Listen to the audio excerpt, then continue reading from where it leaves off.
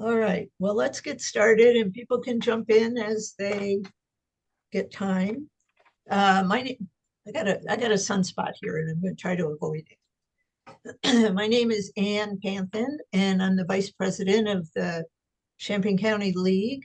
And I want to welcome Jeff D'Alessio from the News Gazette joining us today. It's a little different format. We normally just have league folks and sometimes a little bit of an outsider, but Jeff is so gracious to join us today and answer some of the pressing questions of the day about local journalism, maybe even beyond local. I don't know.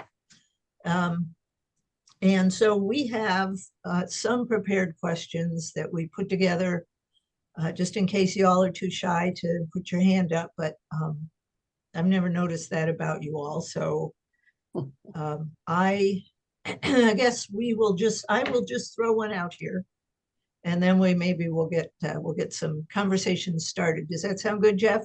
Absolutely. Okay. You want a quick update from me? I just had a little bit of news I wanted to share. Oh, yes, please. It might kind of inspire some questions too. Since I last appeared here, I've moved up a couple rungs on the seniority vacation schedule. Unfortunately, that means we've lost a couple newsroom veterans to retirement. Mary Schenk at the end of October, Deb Pressey at the end of November. Combined, I think 78 years of experience and institutional knowledge.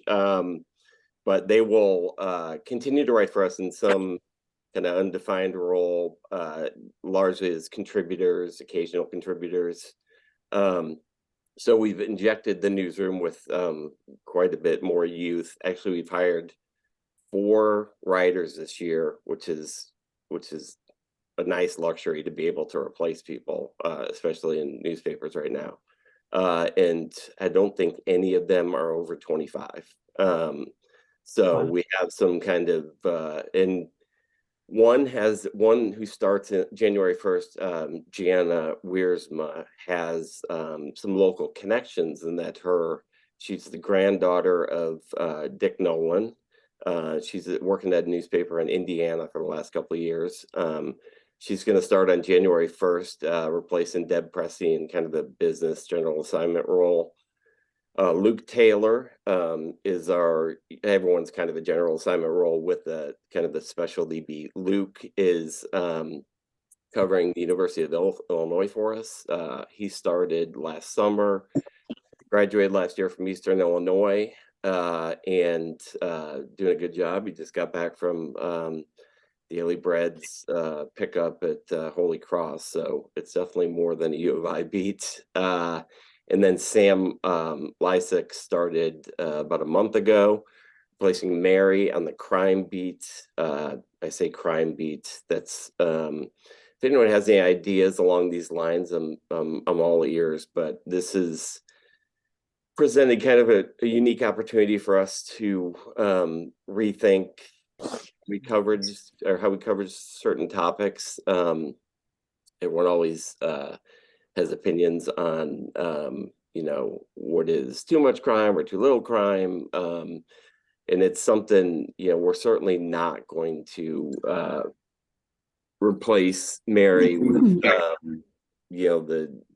sheer byline count. We're just, it's a decision we made. We're not going to be running 9 crime stories in every day's paper. But we also don't want to kind of, let down our readers or, kind of, we want to maintain the watchdog role and keep people aware of what's happening. But we also want to do a little bit more in the way of issue stories and, victim impact stories, and kind of give it more of a human touch. Not that Mary didn't do that. She was great, but it's just an opportunity to do things maybe a little bit differently than we have in the past. So I say that, and Sam's on day 2 of an attempted murder trial. But some of this stuff that happens like overnight involving drugs and just might not see as much of that in the paper as you have in the past. That's all I got. Sorry. Okay. Well, that actually is one of our questions was, Okay. you know, how things will change when, now that you've lost two of your veteran writers in Mary and Deb. And I think in the chat, Tricia was asking a little bit about if you'll change news sources to be more online and like bump up social media because of the younger reporters that you have. Yeah, I don't think we're there yet. I think I mean, we're fairly, we have a solid presence on social media right now, from Twitter to Facebook to Instagram to this Threads thing, to everything else, Snapchat we're on. So I don't think the actual kind of how we produce content and where we produce content will change much at all. You know, it's going to be, Deb and Mary had huge Rolodexes, and I do too, and know a lot of those people, but it's just that part of it is just kind of challenging, and just kind of the idea generation, and people not necessarily, you know, not being from Champaign, Urbana, or the surrounding area, new on the job, don't have the familiarity of, you know, just like I did tell someone the other day where Monticello was. So it's just it's that kind of stuff more than the actual changing of roles or content. We're Mhm. we're still committed to print, and committed online obviously as well too. But it's one of the things I, you know, really like about working here is that we're not abandoning ship on print as so many others have. Okay. Well, so here is one of the first questions that we came up with in one of our planning meetings. Okay. So if you had more funding and or I guess more staff, where would you use the increased resources? Oh, that's a good question. So we have we're we went from a staff, before we were sold, of I think it was 39 to 17 or 16 and a half. So we you know we took a huge hit in terms of just our reporting manpower and our ability to find out about stories, our ability to cover breaking news. I think we would probably, one of the things we would do is have a bigger online presence during the day. I think I would have someone dedicated solely to breaking news, because there's so much that happens, not just the run of the mill crime stuff, but I mean, I get 1,300 emails a day, and there's potentially, you know, 30 stories in there, and it's just not possible to get to them all, or even open them all to see them all. But so it would be, I don't know that I would devote it to any specific beat, because I think we have most of the beats covered fairly well. One of the challenging ones for us, going forward, losing Deb Pressey, is going to be healthcare.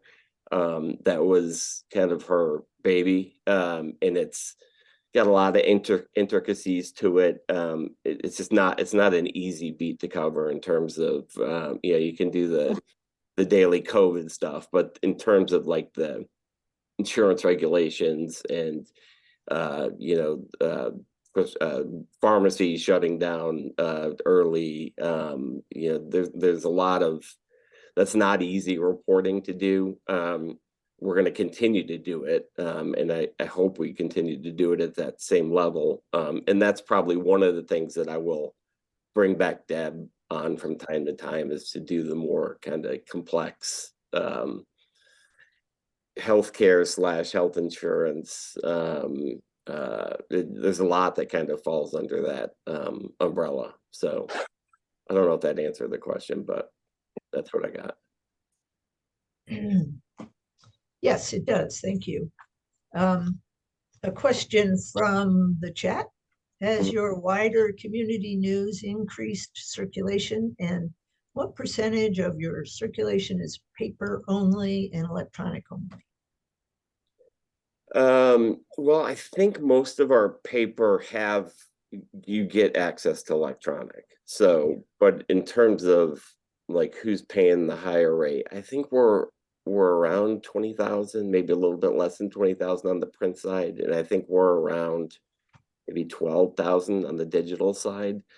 I don't get those daily numbers, but those are fairly close, I think. Has it increased circulation? It has increased our online readership, and has increased the number of digital subscribers. I think we're fairly flat on print circulation.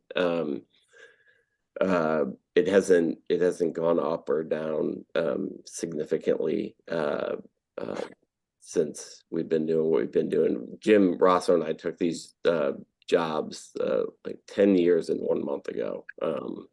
So it feels like it feels a lot longer. But yeah, so it's I think I hope we have one of the things that one of the more challenging things when I came back here in the end of 2013 was to kind of improve our standing in the community and our reputation and our balance of coverage and our diversity of coverage. So those are things that we need to do regardless of whether they increase circulation. But you would hope that would open up more doors to more readers, just because I always tell people, if we write a story about Danville High School, people that go to Central aren't going to read it. But if you do a story that has, 10 high schools in it, or, all 5 counties instead of just Champaign County, you're going to increase the odds of it reaching more people or more people being interested in it. So that's kind of our approach to coverage in general. Another question from the chat. Are there any plans to streamline the meeting minutes and other local government coverage on the website? So if one wants to catch up on Unit 4 or City of Urbana without searching and sorting through the website, an e-edition. So I guess, you'd be able to, they'd be in one section, I guess. Is that, Ben, that's your question. So am I getting that right? Yeah, it's just kind of a lot to go through to find out what's going on with each one, and trying to get that out to explain to people who just want to know, hey, what's happening at the City of Urbana right now, or what's happening with the township government right now. I kind of have to search through multiple local news websites and different areas to get it all put together. You're not a print subscriber, I assume. Print and digital. Print and digital. Okay. So I do a section on this every Friday, or most Fridays. This Friday is going to be our giving section called Meeting Minutes and More, for about the last year plus. Is that what you're talking about, or you want more than that, or like a online? Yeah, well, the meeting minutes is awesome. It's great. Okay. I love it. But when someone asks about like just one level of government, whether it be like City of Urbana, just for example, right, if they want to know about that, we have to search the website for some of the articles on it. We have to search the meeting minutes in the e-edition for some of it. We have to go to WCIA for some of it. Things like that. Well, it's hard to get it in one plot. Yeah, most of the meeting minute stuff is put online. Unfortunately, it's a little bit labor intensive because it's like a big graphic and all kinds of knickknacks in it, and it doesn't always translate to online. But try to get those online. And then when news breaks before Friday, so I covered what I read about last night. I was watching the Champaign township when all of a sudden someone steps up and said, I'd like to have Andy Cornsom's job, before the application period even opened, or the night before when Unit 4 approved metal detectors for middle schools, and then a new kind of visitor entry software. We try to do that. I don't know that. Do you know of a website that does that well, like another website? When you have so much content, like it's hard to.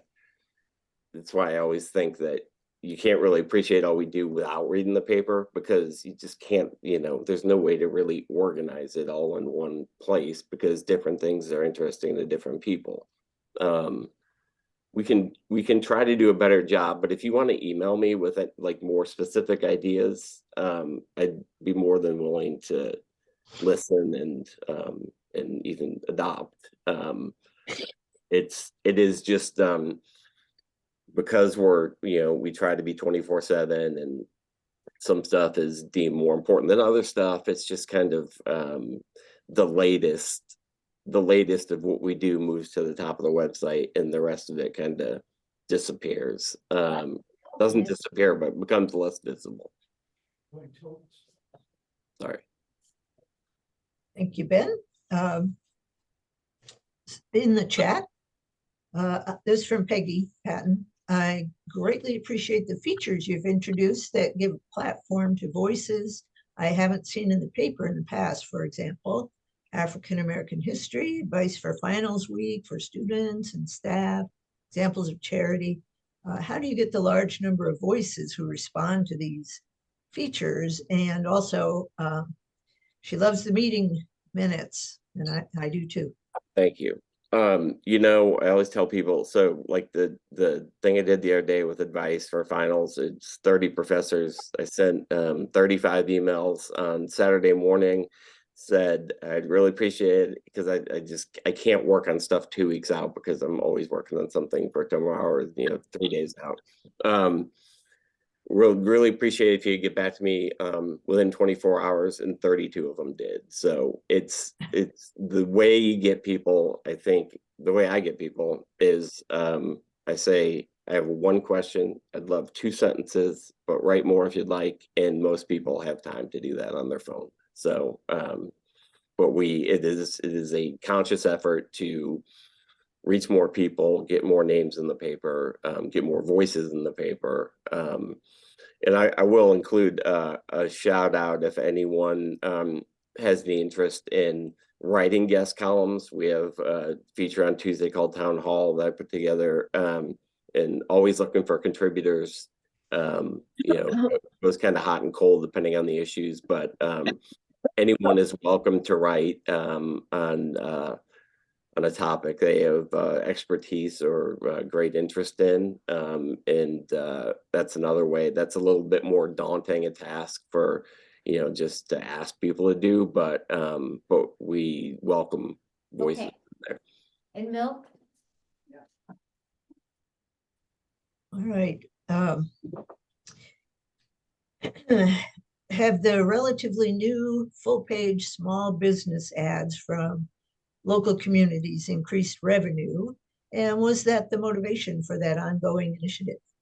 I think it was, they have, not substantially. I think they're because they're smaller ads for single businesses, they don't cost a ton. But the idea, I think, was to reach more businesses in more communities. And it was just someone's idea on the advertising side that they put together. And I think it started with maybe Danville and Mahomet, and then it grew to Arcola and Tolono. And so it's been a welcome addition. I mean, if you looked at papers 6 months ago and now, there's like 200 more ads in there. Now, some of them are like, I kind of think of it as like the back of a church bulletin. They're really, they're small, but I think that the idea was that we would introduce them to this at a reduced rate. You get a 3-month deal, and then if you wanted to re-up, you could do it for another 3 months. And so it's and people have mistaken them sometimes for like news, or we're sponsoring a business or something, but they are strictly ads. So I don't have a whole lot to do with the advertising side of it. I don't have anything to do with the advertising side of it, but that's how it works. So what kind of feedback do you receive about the stories you print? And what kind of feedback do you receive about the various new sections or newer, like meeting minutes, high school confidential, those kind of newer sections? And Um, yeah. in addition to that, do you have a small army of folks combing through data to put together those tremendously data-driven stories? No, that's me. Oh At my gosh. 1 o'clock in the morning. I have a very understanding wife and no children. Uh, um, Feedback. I think, and this is true wherever I've been, people are far more likely to offer feedback of something they don't like than something they do like. I always use my, like when we get a nasty email or something, or someone gets a nasty email, I always use the example of my in-laws, Bob and Judy husband, who live in Champaign and subscribe to the paper and would never write the paper, would never think to send a nasty email about. So if you pay attention to the names, you realize that it's actually a pretty small percentage of people that are offering negative feedback. Some of the features that have kind of about racial issues that got negative reaction, I think those people are no longer with us in terms of reading us. Yeah, it's just, Carol knows this, but with Braver Angels, but it's just so it's still so polarized, in every way, and really just don't want to have anything to do with that. But not taking one side often leads to, both sides being upset sometimes. So I don't know what the right balance is, but yeah, we get meeting minutes and high school confidential are two of the things that get fairly positive reactions, but we're certainly not being inundated.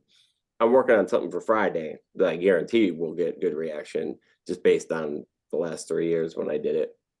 It's our guide to giving with nonprofits from throughout the area. It was 61 2 years ago. It was 121 last year, and we're include 151 this year. So hopefully I don't leave anyone out, but I've got everyone from the Atwood Food Pantry to the Central Illinois or Champaign Jewish Foundation wrote in last night. So that's something that people seem to like, and hopefully does some kind of public service.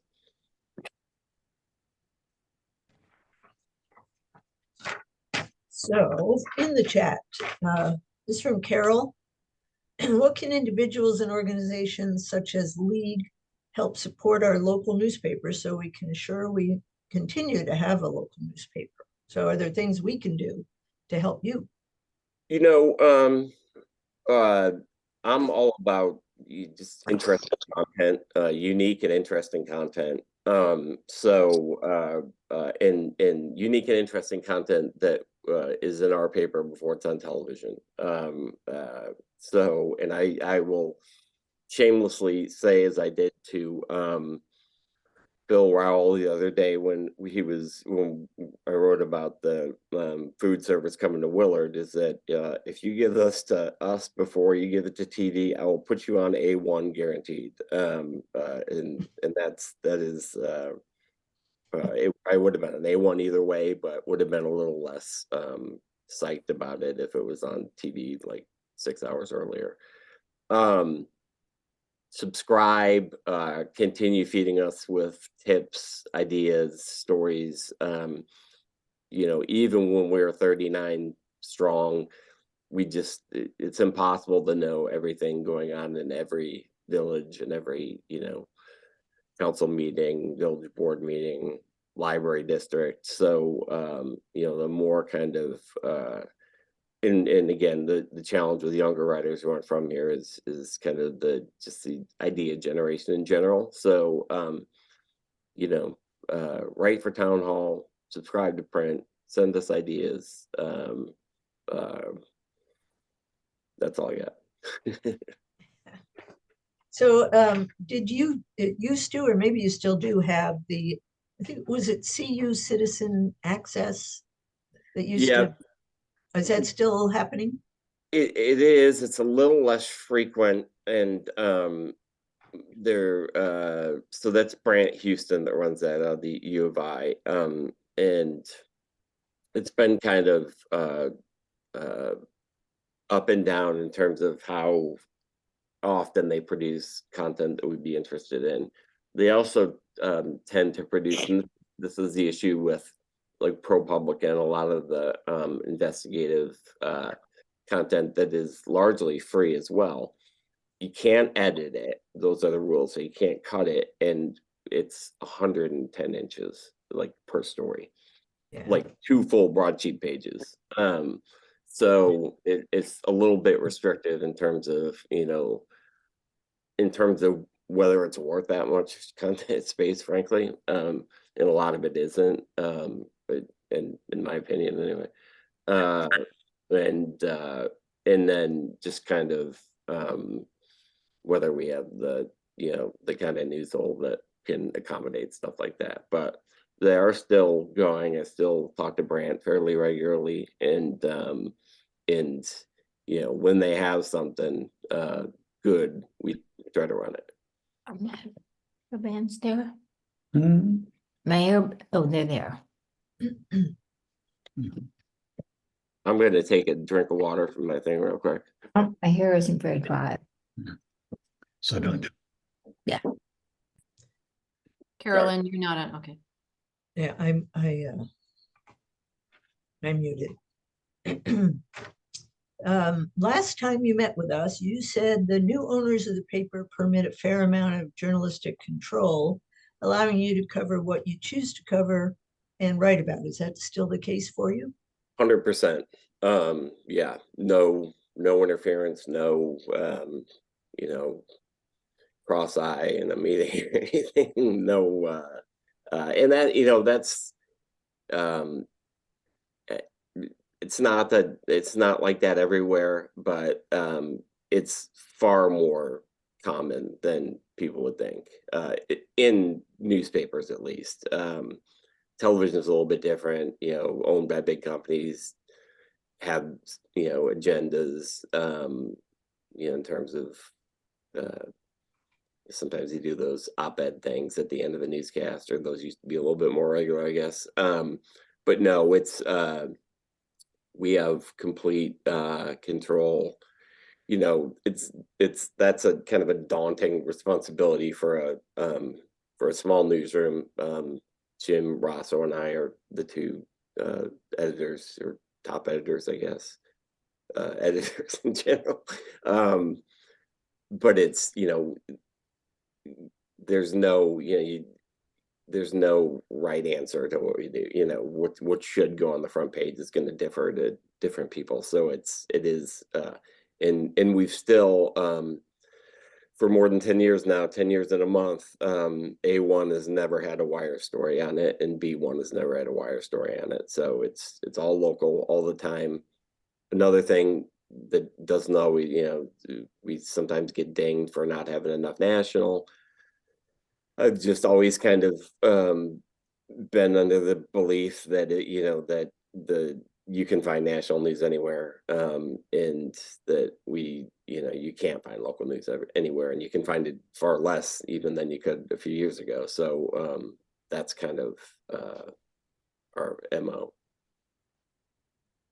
And that sort of leads into one of the questions that we came up with earlier, which is, how do you get your statewide news? And then how do you decide what statewide news to actually cover in your paper? So we have, some of you are probably familiar with Capital News Illinois, which is run by the Illinois Press Association. It's a great idea. 4 years ago, maybe. They cover state news. I mean, they cover capital-based news and state government, and big issues.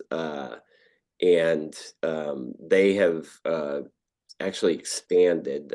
There's quite a bit of money out there for groups like that on the grant side. So they've been blessed to receive several grants and have actually expanded their staff, and expanded it as recently as 2 months ago. So they are now a team of 10 that started as a team of 3, that are able to do a lot more than they could, even a few months ago. They are not, I hope no one's on there from Capital News, Illinois. They do not function like me. Like they're not, they close at 5. They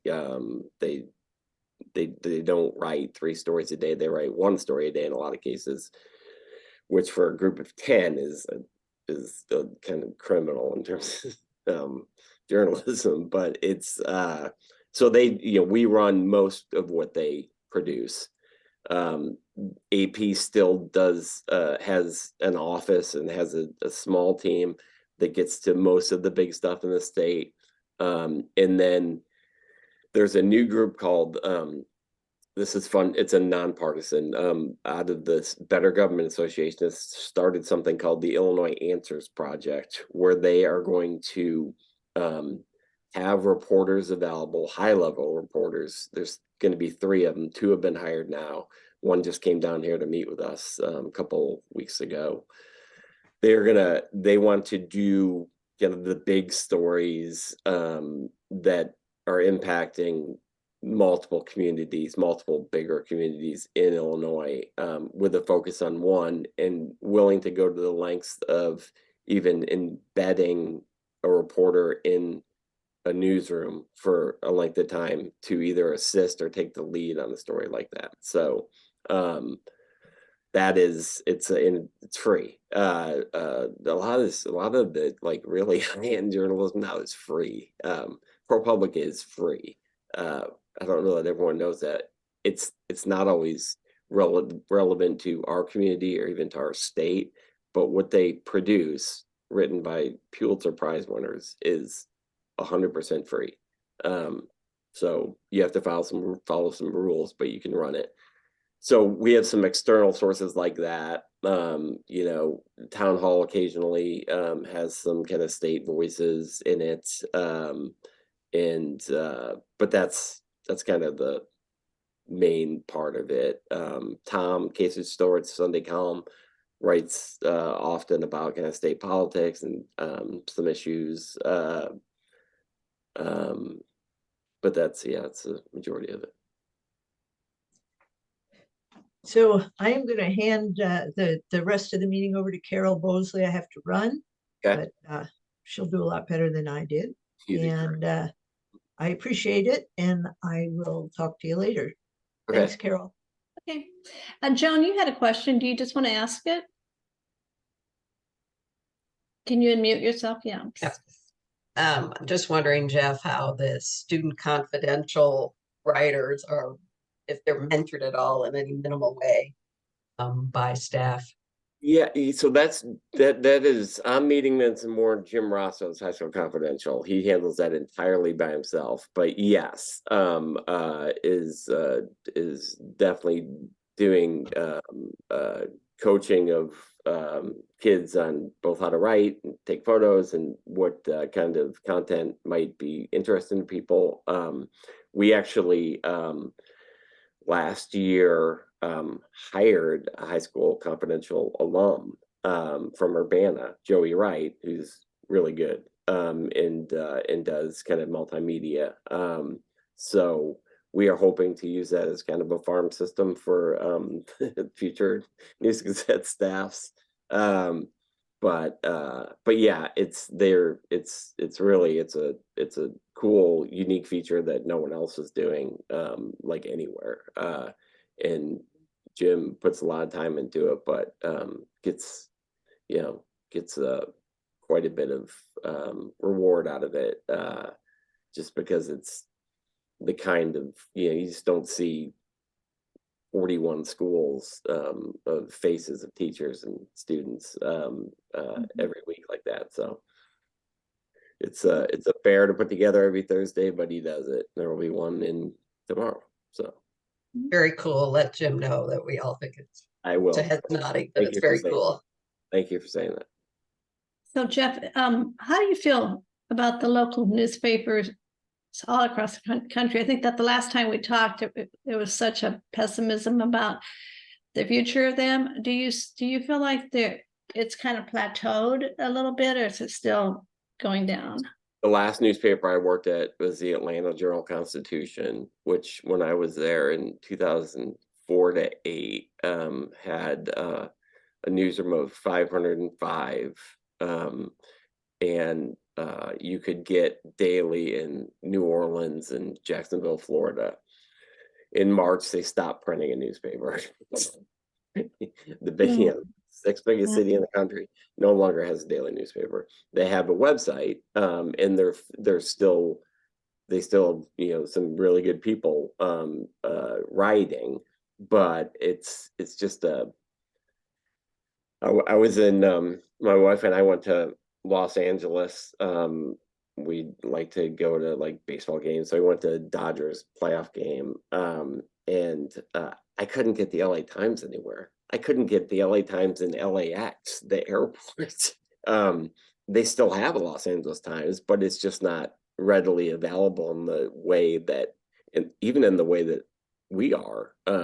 You couldn't. I went to several Walgreens and gas stations and was looking for it, and I found one LA Daily News, but I couldn't find the LA Times. So I think the kind of the mid-level papers might have plateaued, but the big ones are really struggling. And I'm not sure that, like, they definitely have different outlooks and strategies on how to make it work. The New York Times is never going to go out of print. I can't imagine the Washington Post would, but the LA Times seems headed that way, and Atlanta's there already. So again, I think you're probably going to have a news outlet in that town that does a good job of covering things. It's just the platform it's delivered on is a little bit differs widely, and when you don't have a newspaper, as we were talking about earlier, just the packaging of it and being able to follow everything that's happening in a town is really hard, because again, you go to a website, there's 1,000 stories on the front page, and they're just not, and they're sorted by local or national, but you can't possibly digest it all or even know necessarily where to find it all. The news cycle is so small right now for local. It feels like stuff is old news in 2 hours, and people are ready to move on. So the websites kind of reflect that. We don't necessarily like just keep up stories that are doing well online for clickbait. We don't do that, but we will, update the homepage several times a day. And if you're not looking at it 3 times a day, there's a pretty good chance you're going to miss something, something that was leading the site for a certain amount of time, which makes it pretty newsworthy. So I don't know. Subscribe to the paper. There's no more questions in the chat. Does anyone have a question before we close? Jeff, Jane? I'm just curious about USA Today. Is that still printing? It is. Another one that was, every airport, every hotel, no longer. And it's, they also still have some pretty good people. Gazette as a chain has been just gutted. But USA Today is kind of the one exception. That's kind of their gold standard in that chain. But we hired So we hired a high school writer, spring, summer, from what's the name of the towns where Jim Rosso used to work? Richmond, Indiana, the Palladian Item, which is a Gazette paper. He covered high school sports. He was the only person on staff. He was the only writer on the entire staff. They had someone in Lafayette, Indiana, another paper, looking at daily crime logs and writing occasional stories on crime, but they were filled with USA Today content, Wire content, you know, far more national than local. So he left, and he's interviewing there, and I said, "If you leave, like, is the paper going to shut down?" And he really didn't. He like actually was concerned about that. They ended up replacing him with another sports writer. So it's Gannett. Gannett is really bad. I mean, I used to work in Gannett. I was a sports editor at Florida Today, which was Today before USA Today started. It was founded by Al Newharth and got a lot of perks because of that.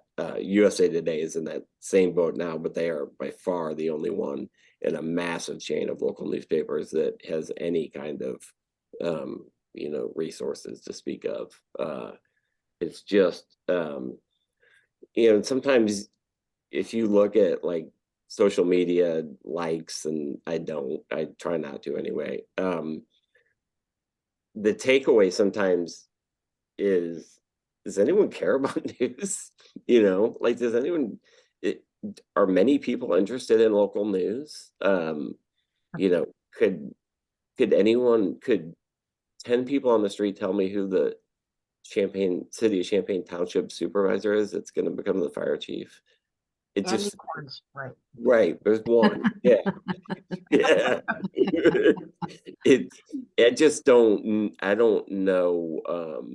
I think people are looking for, in a lot of cases, and this is back to the Brave Angels thing, they're looking for people that share the same opinion they do, or, you know, or coverage is clearly biased, but certain people can't recognize it as being biased.